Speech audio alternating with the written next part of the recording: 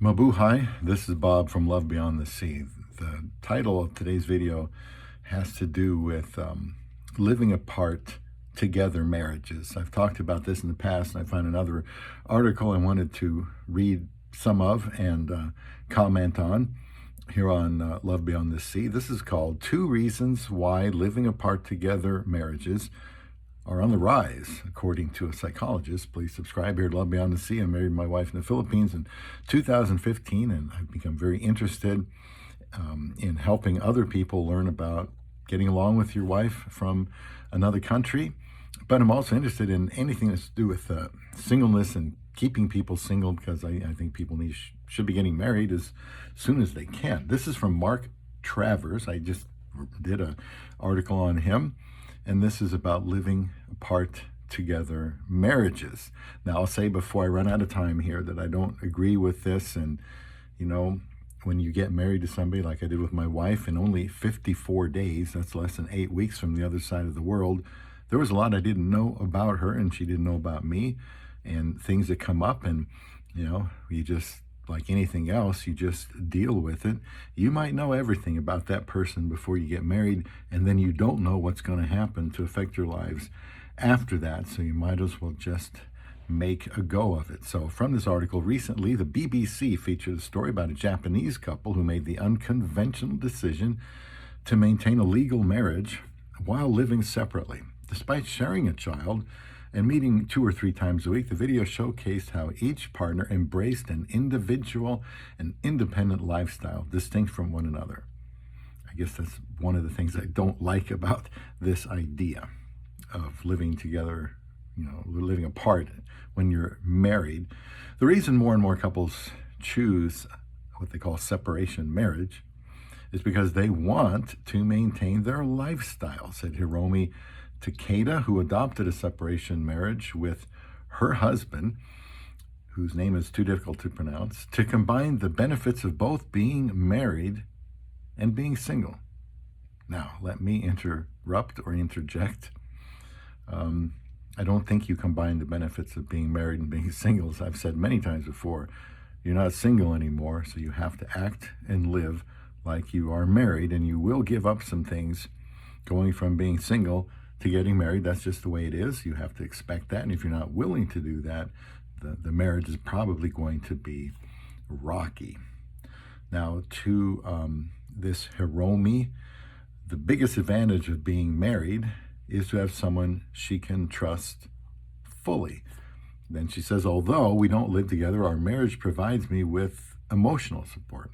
It's so wonderful to dream of a future, not alone, but with my wife, explains Takeda.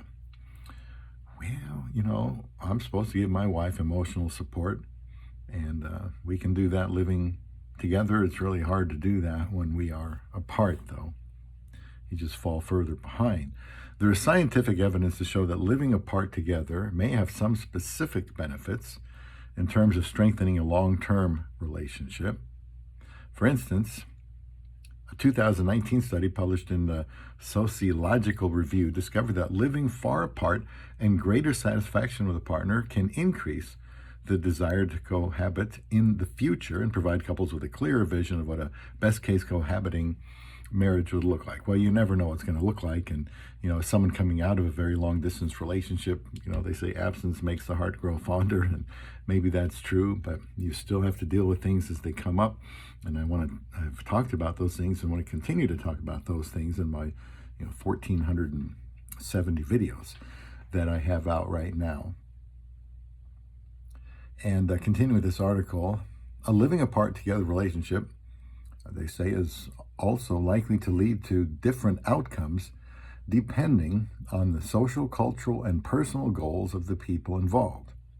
The same study found that in countries like Romania or Bulgaria, where families are more traditional, people saw a living apart together relationship as a transitory stage before marriage, whereas in countries like France, where the family structure is vastly more modern, living apart together relationships were seen as an alternative to the traditional family structure. And I'll just interject again here. There's nothing better than the biblical structure of marriage, one man, one woman, as soon as you can, as soon as you're ready, and then enjoy being married, and I think you'll grow up a lot faster.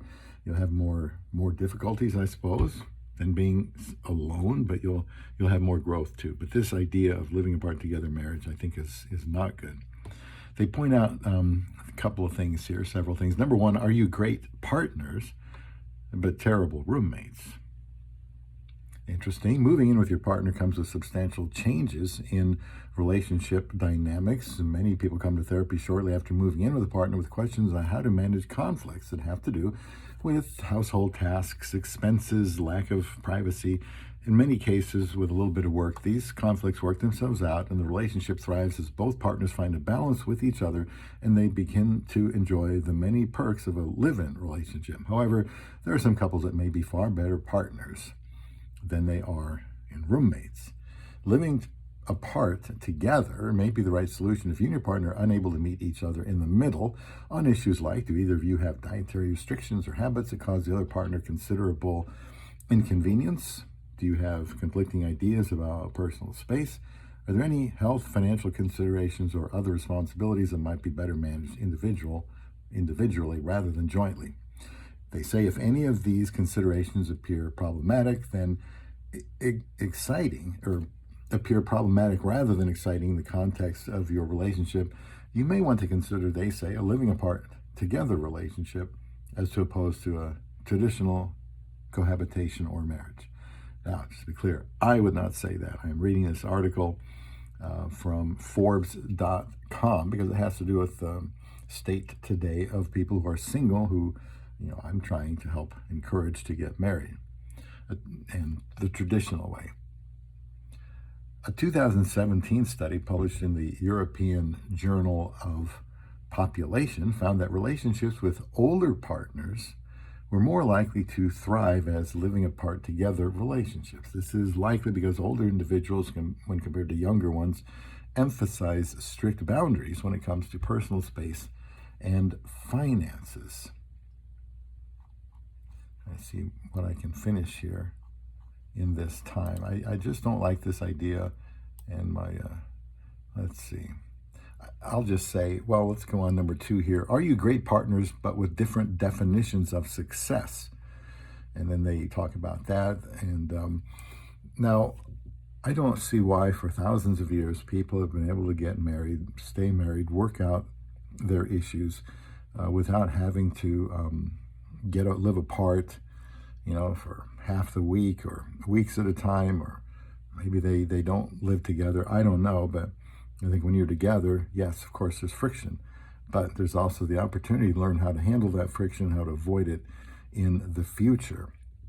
I don't personally see benefits from, these trends like, living apart together marriage. And by the way, I've got a playlist called the Controversial Collection, and it's got videos like this in there if you want to look at that.